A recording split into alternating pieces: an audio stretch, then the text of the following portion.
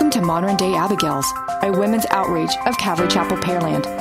2 Corinthians 5:17 says, "Therefore, if anyone is in Christ, he is a new creation. Old things have passed away. Behold, all things have become new." So let's listen to God's Word, where everyday lives transform and where we can become the women God created us to be.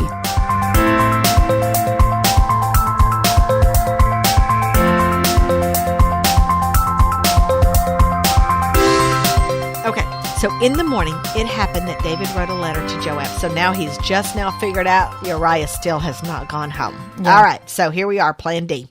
In the morning, it happened that David wrote a letter to Joab and sent it by the hand of Uriah. We're about to talk about that. Don't say anything. And he wrote in the letter saying, "Set Uriah in the forefront of the hottest battle and retreat from him." That means leave him.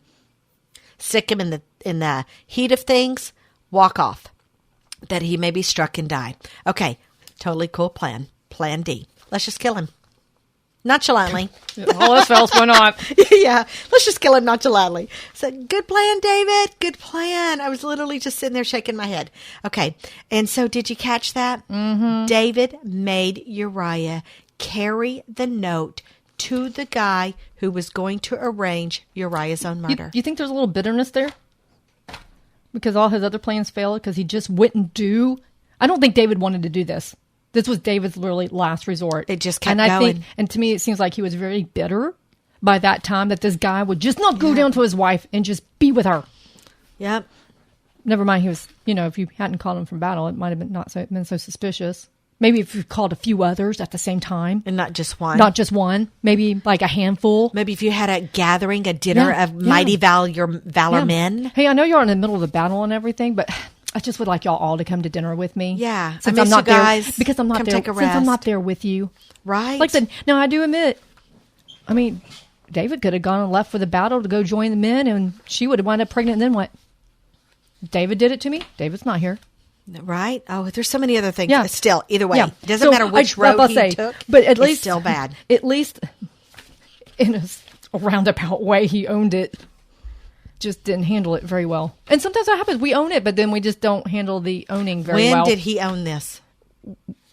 When, Anna? When he didn't deny the child was his and tried to send her away. Okay, that's true. Okay. That's true. I'm just saying. Okay. He could have done that. That's true. That's he true. He looked at her and goes, "That's not my child." Yeah. Never mind. I wasn't with you. Yeah. Because what messenger would have said, David's lying. Whoop, hey, he's lying. Not if they wanted to live. No, exactly. All right. So I have my question here. How far can a man possibly fall from grace?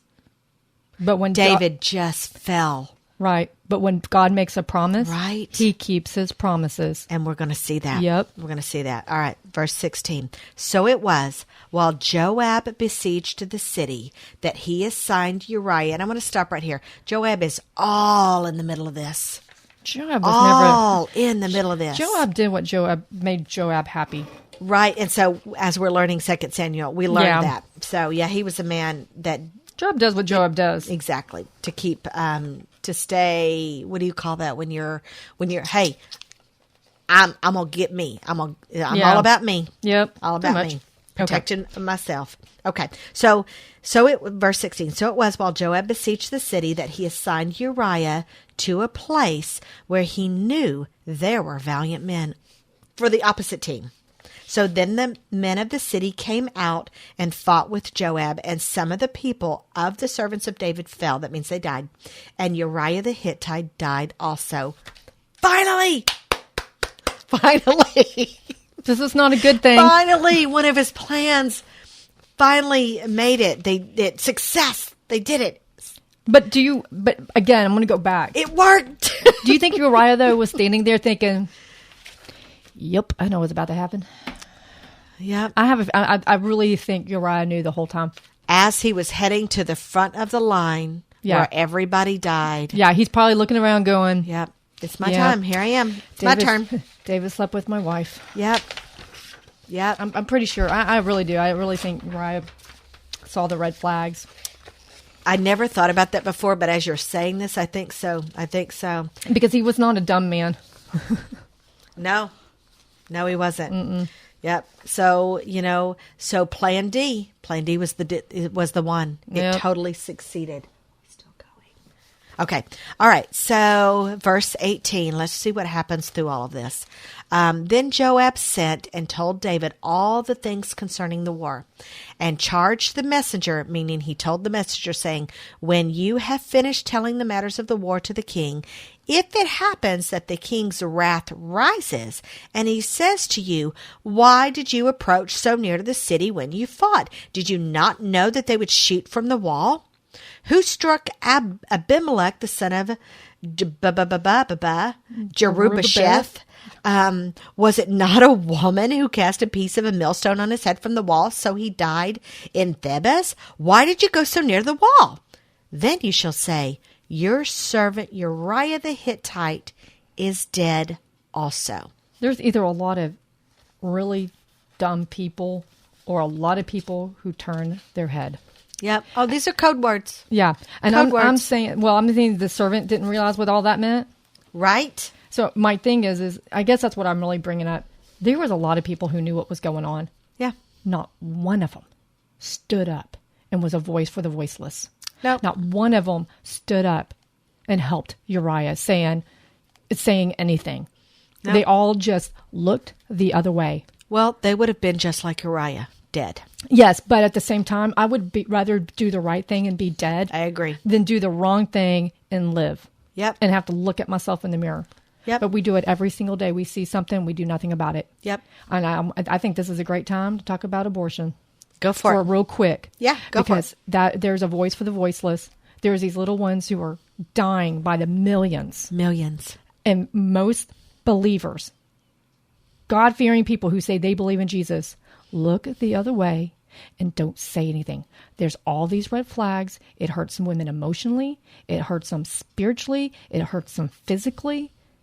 And yet people are just looking away going, oh, I'm so sorry that happened. Or they ignore it and say, what was better for you? Instead of saying, you know what? We love you. We want to bless you. Let's help you. Let's help you keep your baby. Oh, you did do that? You know what? Let me help you. Help your broken heart. Let me help you recover from this. But no, for the most part, believers are sitting comfortably in their cute little air-conditioned buildings and their nice little soft pews and just listening to the preacher and just ignoring everything that's going around them. Yep.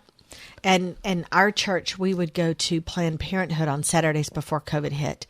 And we were there for years and years. One Saturday a month we would go, and Ray invited so many other churches. Not one. Yeah, not one maybe church one or two people would ever show up, but yeah. And it was so sad, but we always prayed for everybody, not just, we prayed for the workers, we prayed for the parents, we prayed for the babies, we prayed for everybody, the doctors, anybody we prayed for. Not judgmental, not looking down on anybody, just say, Jesus is our hope. Yeah. Let us show you hope. That the Lord would show them a different way. Yeah. And that's what really bothers me in this part, that everybody who knew looked away and said nothing. Yeah. And it's just... And a man like Uriah, full of integrity, he lost his life today. He lost his life. Yeah, he died because nobody would say anything. Yeah. But you know what? God's watching, and he sees everything. Right on. Preach it, sister. Okay.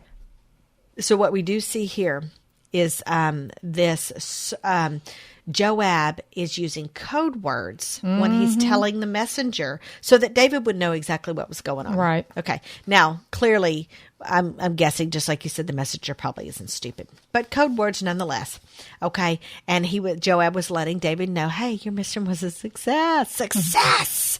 Wow. Success. And not only that, Joab fully realizes at this time that David is unstable. He is unpredictable, and he is scared that maybe David had forgotten what the plan was, and he wanted to make sure and remind David, yes, Uriah died.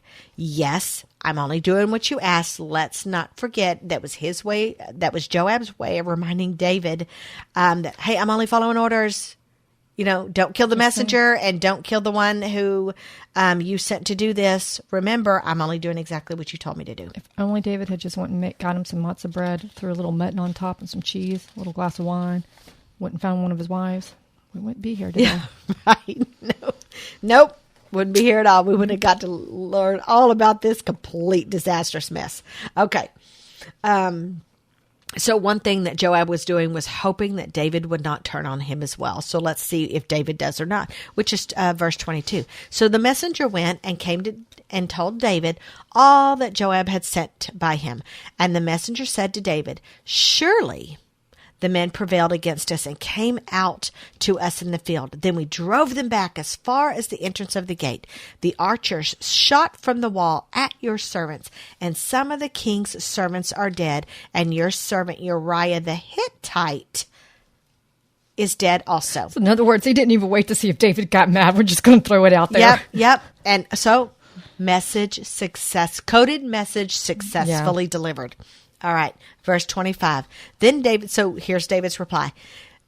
Then David said to the messenger, thus you shall say to Joab, do not let this thing displease you, for the sword devours one as well as the other. Strengthen your attack against the city and overthrow it. So encourage him. So that's what David was reply. Yeah. That's what David replied. Tell Joab, don't be upset about this. Everyone does at some point. Yeah. And they died fighting for what they loved. So chin up. Good job. Regroup. Better luck next time. Yeah. Wow. Seriously. Yeah. Seriously, no words. Oh, bummer. All right. Yeah. That's all right. You'll get them in a minute. You'll get them next time. Fine. Don't worry about it. There's always the fourth quarter. Yeah. 50-yard line. I mean, okay. All right, we're going to talk about his reply here in just a minute. Let's keep going. Okay, so 26. When the wife of Uriah, again, they don't even call her name. It drives me crazy. When the wife of Uriah heard that Uriah, her husband, was dead. We're being reminded. Yes. She mourned for her husband. Okay, so the customary mourning period was 7 days. So my question is, was this real or was this for show? Probably a little bit of both. She's pregnant. There is no telling. There's no telling. Yeah. So she knew at this point, she knew exactly what David had just done. She has to be, about 3 months along probably? 2-3 months along? Because it'd take about a month or so before she figure out, oh my gosh, I'm really pregnant. Yeah. So she's probably about 2 or 3 months. I figure that out later. Oh, okay. Sorry. Yeah. So she knew her husband was in, so we're going to do a recap here. She knew exactly what David had done. She knew her husband was in town for those several days and he didn't come We're assuming she knew. Most likely she knew. She had to have known. How big was the town? Exactly. They're close by. Front doorstep was close enough for David to see down into her roof. Right. So she knew her husband was in town for those several days and he didn't come home. And it wasn't a secret that he slept in the front of the king's door each night. She was probably becoming as desperate as David was to get this little minor dilemma resolved. Right. Because everybody's going to be figuring it out soon. Right. But what we don't see in the text is we don't see the text saying David mourned. No, we don't. This was one of his mighty soldiers. This was his friend. He knew him well. And it doesn't even say they had dinners together and he got him drunk. All right. Twice. So, and he knew him well and he didn't even say, it doesn't even say that David was sad or remorseful. All it says is what he just did. So, how far has David fallen? How low has he sunk? Right. It's quite appalling at this point. All right. So 27. And when her mourning was over, David sent and brought her to his house, and she became his wife and bore him a son. But the thing David had done had displeased the Lord. Okay. So what we see is that was pretty dang quick. Well, I was going to actually, I have that written that, still nobody has said anything. No. And you cannot tell me that people thought that wasn't odd that he didn't marry every widow. I mean, it's not like he married every single widow. So so nobody was or any of his other friends that had died and go grab their wives. Exactly. So everybody had to thought, well, that's interesting. He dies. She mourns, and he's quickly making her his wife. You can tell me nobody knew it. That's what I'm saying. That's what's irritating is everybody sees it and nobody's doing anything about it. Oh, by now they're putting all kinds of puzzle pieces together. Exactly. Okay? All right. Somebody did the math too. Huh. Boy, that baby's 3 months early. Well, might explain, Yeah. And so what we do see because of the quickness is that he couldn't waste any time. He had to hurry up and marry her before she got any further along. This was to spare her life, to spare them the embarrassment of this secret getting out. Because no one's talking. And clearly everybody knew by now. And to cover up this massive sin that was almost to the point of not being able to be covered up and hidden any longer. And I'm like you. I thought I put the timeline together for the week that it took to go get him. And then from the time that she was showing, I thought maybe she was 2.5, 3 months. Yeah, probably. Along by this time. And normally, I don't know, everybody's body is different, but around 4 months, you're now getting a belly. Well, yeah, and back then their clothes were a little bit baggier, so it'd probably been a little bit longer before you could tell. But everybody still, I mean, we've read all the when the baby isn't born preemie. Well, but I'm also thinking because of some of the other books we've read that they used to calculate everything very closely. So people in her home would have known that something was off. Anybody in her home would have known something was off because the normal monthly procedure wouldn't have been happening. Oh, that's exactly right. Exactly. Her maids wouldn't have, or whoever was in her home, cleaning up her cycle stuff. Exactly. So there's a lot of people who would have known that something wasn't regulating properly. Yeah. Oh, I like that, regulating. Yeah. Oh gosh. All right. So what we're gonna do now is we're gonna unpack David a little bit. It's his turn. We've already unpacked him a lot, but this will be a little bit condensed, just more like a recap. But it goes back. Let's talk about him a little bit. Well, I was saying about on Bathsheba though is if we look at love, she rejoiced in iniquity. She didn't rejoice in truth. Otherwise, the truth would have come out. There was no kindness. Kind of rude, if you ask me. If you want to look at the definition of rude, that was really rude what she did to her husband. Oh, absolutely. There was no love in this at all. No, none. And I'm not going to say that. Somebody could say, well, maybe they were an arranged marriage. I don't see. The scripture said we're supposed to even love our enemies, so that's not an excuse. Maybe she didn't want to be married to him. That's still not an excuse not to be committed. Agreed. The Lord could have made it work out in some other way. Arranged marriages were normal back then. Exactly. We're normal back then. It is what it is. Exactly. So I'm just saying I guess what I'm trying to say is there was no love at all. And really David didn't show. We certainly don't see any. Well, we didn't see any love with David either because he killed somebody. That's a bit rude. There was iniquity. He didn't even love his friend. No. He killed his friend. Exactly. Slept with his wife. Yeah. Killed him. Yeah. So, and that was it. Because his cover-up didn't work. Yeah. Well, that wasn't very kind. That wasn't nice. Very boastful there. A little bit boastful there. Oh, my gosh. So, all right. So, let's just recap David. Okay. So, 1, we know that he normally goes out with his men, but he decided not to this time. Yep. Sorry. Turning the page. Okay. And,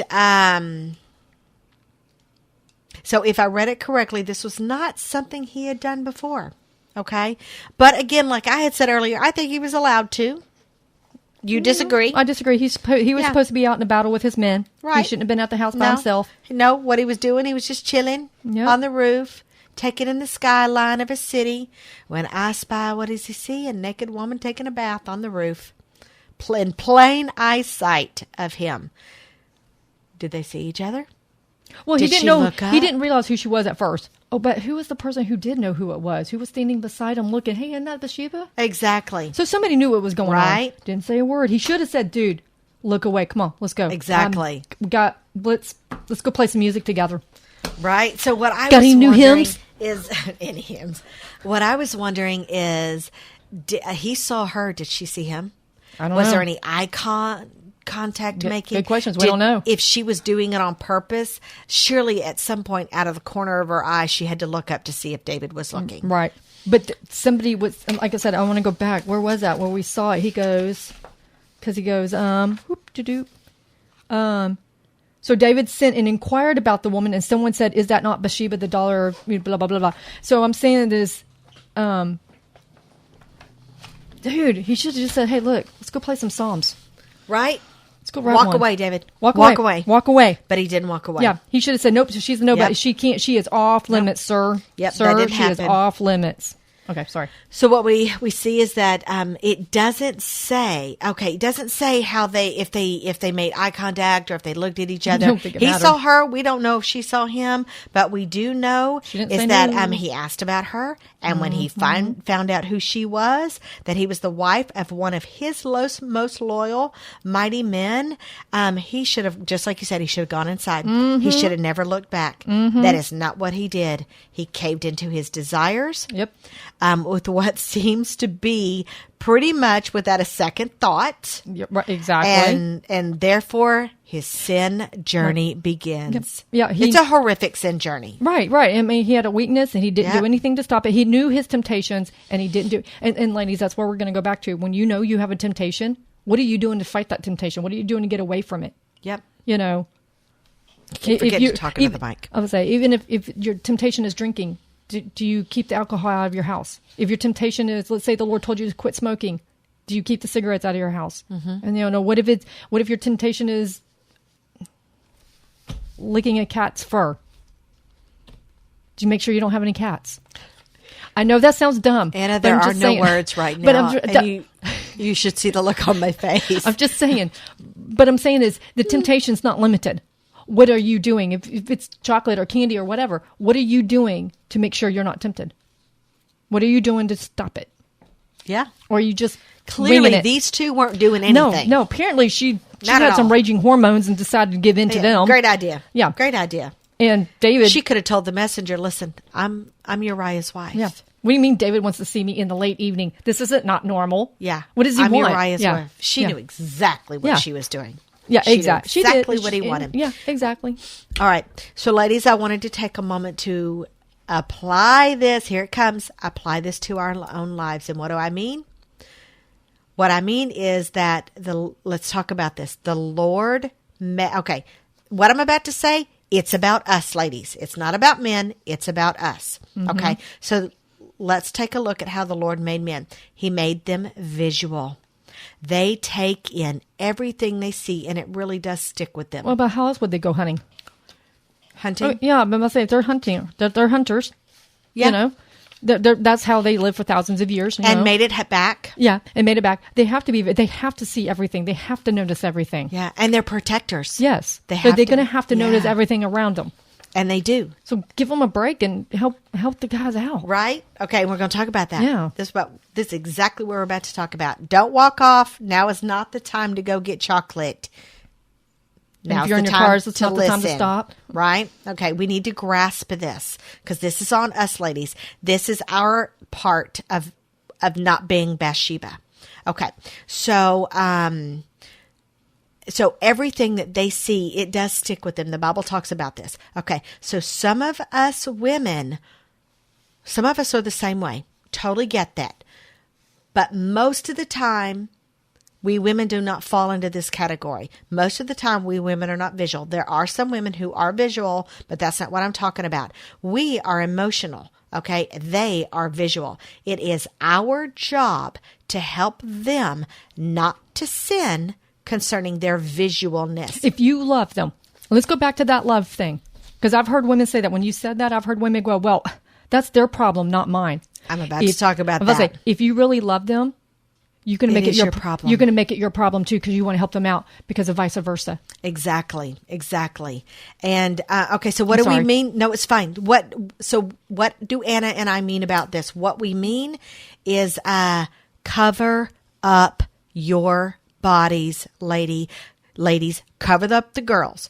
You don't need to flaunt them. But even if the girls are covered, don't have your body language suggesting anything else. watch your body language. Your body language will Agreed. sometimes speak more. Your facial expressions, your body language will sometimes speak even louder than women who are completely clothed Don't bend properly. over in front of men when you know that they're watching you. Right. Or even, like I said, your body language, or don't have a flirtatious attitude. Yep. You know? If you bend over, hold your shirt Yeah. closed. Well, I showed my niece the other day. I was getting dressed, and we've been talking about modesty. Wear shorts underneath your skirt. We do. That's my littlest niece. She always wears shorts Yeah. and stuff under her skirts. I do too. I still to this day wear shorts under my skirt. Yeah. If I wore skirts, I'd wear shorts. And that's one of the things I was teaching her the other day, because I've learned it. Don't teach your daughter's modesty at 12 when she starts getting breast.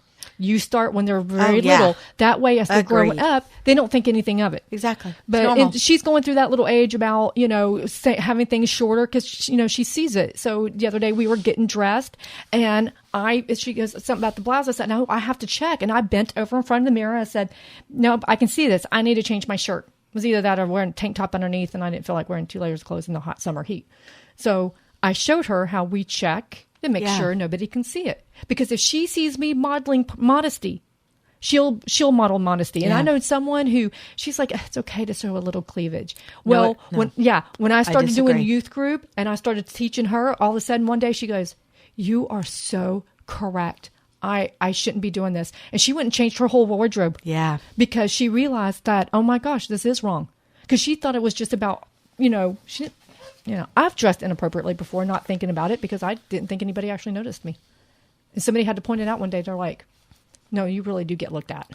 Yeah. You need to pay attention. Right. I just put on clothes and walked out the door. And didn't even, now I'm, pay attention. Right. It was unintentional. And that's what we do. Yeah. You live and learn. Yeah. Right. Exactly. So it is our job Yeah. not to flaunt what we have. We do not wear clothing, ladies, that shows your precious jewels. We have jewels in several places. We need to be covering them up. They are precious. We need to treat them as such. So what I've heard, and you just said that. I've literally heard women tell me, these are my boobs. This is my body. I can flaunt them when I want and how I want. I've also heard these same exact women literally gripe about how creepy men won't stop looking at them. Okay, and I'm like, hey, that's your fault. They're just saying, you know why they say that? Stop choosing to be half naked. They're only saying that because they want to point out that they're being looked at. It really doesn't bother them, because if it does, they wouldn't have said a word and they would have covered up. Exactly. I've got no sympathy for these type of women. I had one lady, she got a new set. She spent money on them. Mm-hmm. She wanted to show everybody. I got so sick of it. Finally, I'm like, I got to go. She was showing everybody. I mean, me too. I didn't want to see them.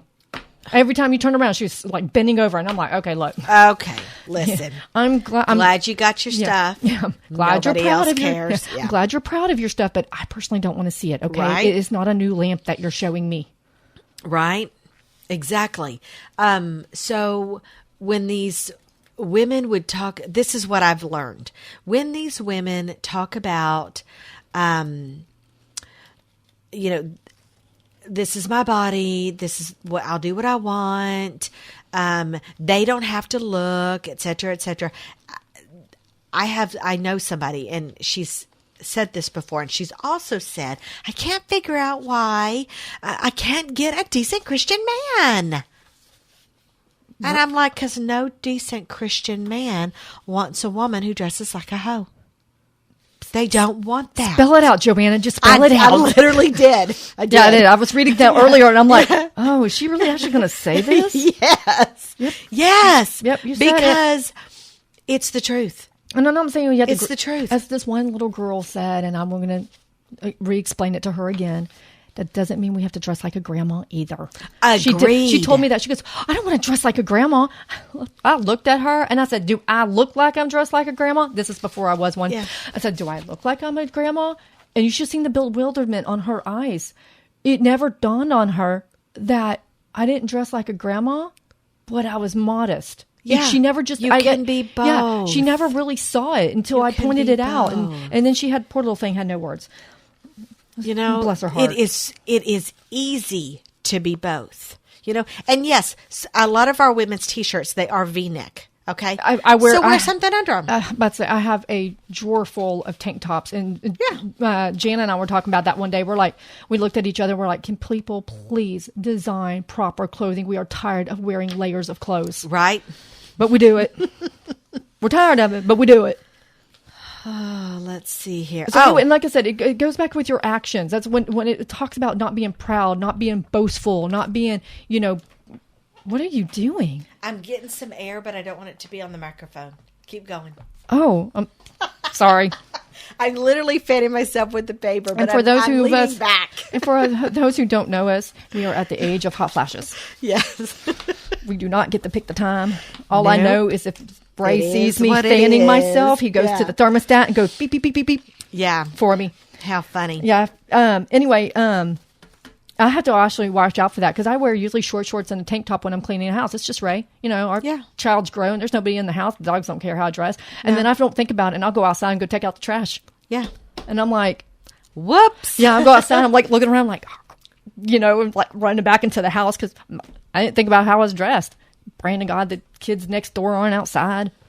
Anyway, I'm just saying it does go with our attitude, not just because that's why when we read that part not too long about in Peter where it talks about modesty wasn't just in clothing. It was your attitude, right? Your body language. And so it was more than just that. Yeah. Like you could dress modest, but be the biggest flirt. Yeah. You get that's that there is, even if you're flirting with married men. I've known Christian. No. Yeah, I've known Christian women or young women who dressed very modestly. But they are the most flirtatious things I've ever met in their verbiage. Yeah. Because they might have tried. They said modesty on their clothes, but they didn't say modesty in their mouth. Exactly, and that's one of the behavior. Yeah, and one of these days we will talk about having filters. It's a full package. It is a full package. It's a full package. Yes, your facial expressions, your mouth, your words, your body, they all need to be modest. Exactly.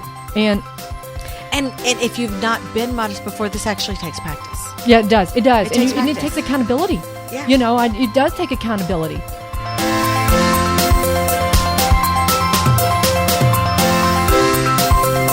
Thank you for letting us share our tools to become the women God created us to be. If we encouraged you today, visit us at moderndayabigails.com. Remember, you are loved, cherished, and prayed over.